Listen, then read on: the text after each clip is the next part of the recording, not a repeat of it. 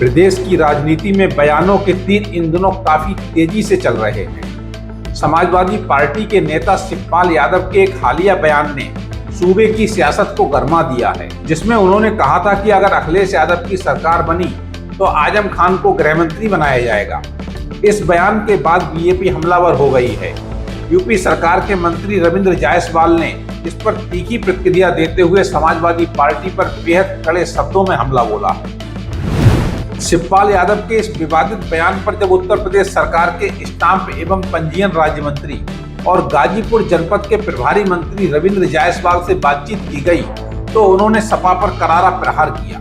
मंत्री रविंद्र जायसवाल ने तीखे तेवर अपनाते हुए कहा, यह सपा वाले ससुरे, यह आतंकवादी, गुंडे और अपराधियों को ही मंत्री बनाते हैं और अपनी सरकार में रखते हैं। उन्होंने आगे समाजवादी पार्टी की कार्यशैली पर सवाल उठाते हुए कहा कि सपा का इतिहास हमेशा से अपराधियों को संरक्षण देने का रहा है। इसके उलट भाजपा सरकार की उपलब्धियों को गिनाते हुए मंत्री ने जोर देकर कहा कि यह भारतीय जनता पार्टी की सरकार है जो गुंडों और अपराधियों को मंत्री बनाने का काम नहीं करती, बल्कि उन्हें जेल की सलाखों के पीछे भेजती है। उन्होंने जनता से अपील करते हुए कहा कि अब जनता को ही यह तय करना है कि वे कौन सा दौर देखना चाहते हैं, वह जो गुंडों को संरक्षण दे और मंत्री बनाए या वह जो अपराधियों को सीधा जेल भेजकर कानून का राज स्थापित करे। ये सपा वाले ससुरे, यह आतंकवादी, गुंडे, अपराधियों को ही मंत्री बनाते हैं और सरकार में पक्ष रखते हैं। यह भाजपा है जो गुंडे, अपराधियों को जेल में डालती है। जनता तय करेगी कौन गुंडों को जेल में डालेगा, कौन गुंडों को मंत्री बनाएगा, तय करेगी। राजनीतिक बयानों के इतर उत्तर प्रदेश सरकार महिलाओं के आर्थिक सशक्तिकरण और उत्थान के लिए एक बहुत बड़ी योजना लेकर आ रही है।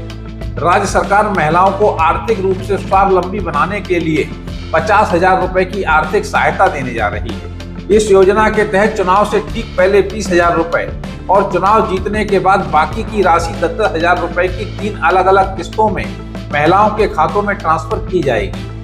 इस महत्वपूर्ण योजना पर बात करते हुए प्रभारी मंत्री रविंद्र जायसवाल ने बताया कि सरकार का मुख्य उद्देश्य प्रदेश की महिलाओं का उत्थान करना है।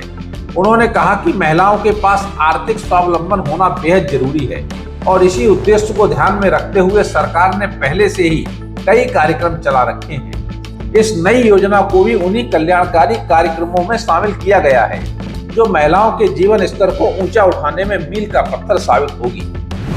महिलाओं को उत्थान के लिए प्रयास किया जा रहा है, आर्थिक स्वावलंबन उनके पास हो और उनके उत्थान के सरकार ने कई कार्यक्रम बना रखे हैं, उसमें एक और नया काम होने लगा है। बहरहाल शिवपाल यादव के बयान पर बीजेपी का यह पलटवार और महिलाओं के लिए लाई जा रही इस नई सौगात ने राजनीतिक गलियारों में सरगर्मी बढ़ा दी है। अब देखना यह होगा कि आने वाले दिनों में विपक्ष इस पर क्या प्रतिक्रिया देता है। गाजीपुर से हमारे संवाददाता पवन मिश्रा की रिपोर्ट।